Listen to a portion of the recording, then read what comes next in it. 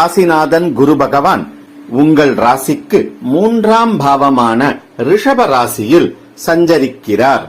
எனவே தைரியம் அதிகரிக்கும், இளைய சகோதரரின் ஆதரவு கிடைக்கும், குடும்பத்தில் உங்கள் பேச்சுக்கு மதிப்பு அதிகரிக்கும், வேலை மற்றும் தொழிலில் ஏற்றம் ஏற்படும், உங்கள் முயற்சிகள் அனைத்தும் சாதகமாகும். பண விஷயத்தில் கவனம் தேவைப்படும்.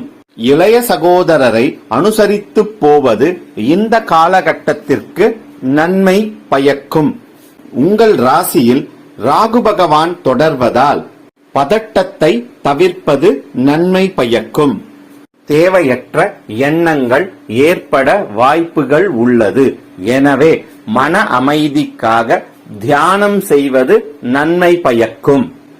நீண்ட நேரம் கண் முழிப்பதை தவிர்ப்பது